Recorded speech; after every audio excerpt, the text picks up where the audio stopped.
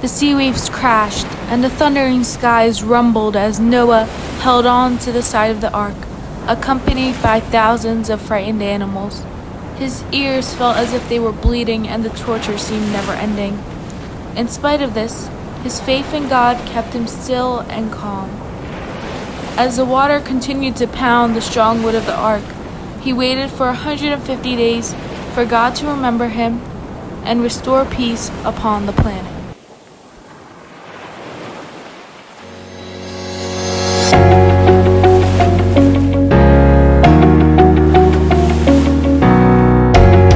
Hey everyone, thank you for tuning in to Cardi's Corner. You might recognize the intro to today's podcast as the story of the biblical Noah. We'll be diving in further as to how different versions of a flood story started popping up as early as 2100 BC. The purpose of these stories was to be a reminder to put God first, even in the most catastrophic of times. We're now being joined by Mike Rugnata to talk about a version of a flood story that was recorded on stone earlier than Noah in the Bible. Mike, why don't you introduce us to this particular epic? Particular story, the hero Utnapishtim is talking to Gilgamesh about living in the city of Shuruppak on the banks of the Euphrates.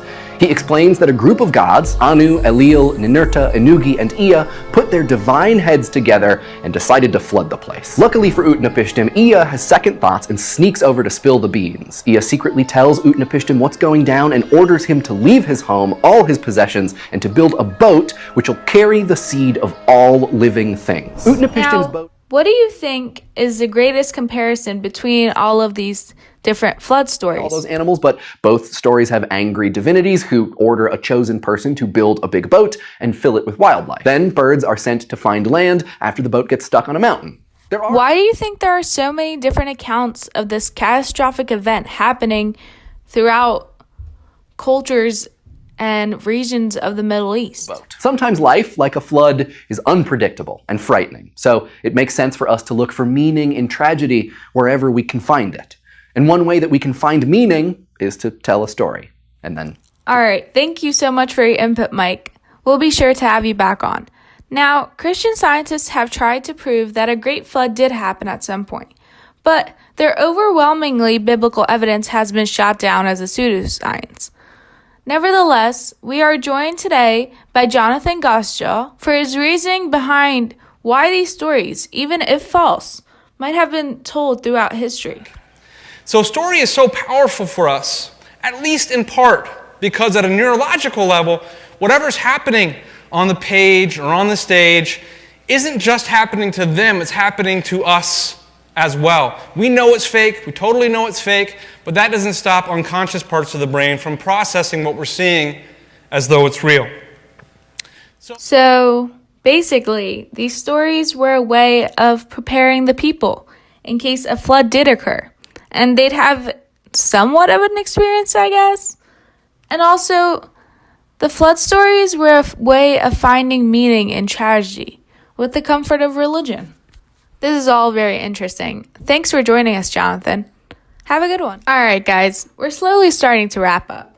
In conclusion, folks, storytelling was a fundamental means of meaning-making for why floods and natural disasters wreck livelihoods. The people's pain was universal, and religion was its remedy. Religion made sense of their struggles, following similar story patterns across all borders and boundaries to cement the scary and challenging nature of the world to human bravery, a God above them, and ongoing faith.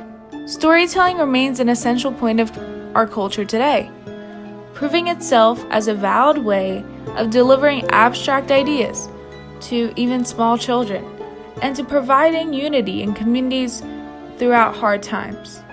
Well, that's all we have for today. Thanks for joining us on this episode of Cardi's Corner, and be sure to tune in next week.